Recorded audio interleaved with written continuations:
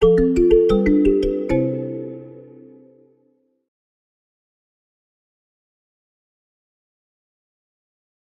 access our cleaning options, we'll click the arrow at the top right of the address card.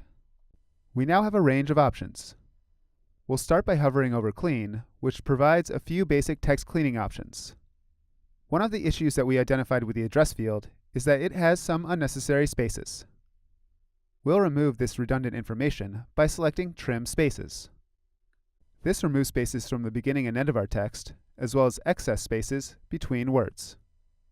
Next, we'll go back to Cleaning Options and select Remove Punctuation to demonstrate further cleaning functionality. In this case, we can see it has removed the commas. We'll now remove numbers. I prefer uppercase addresses over lowercase, so let's change the text to all uppercase.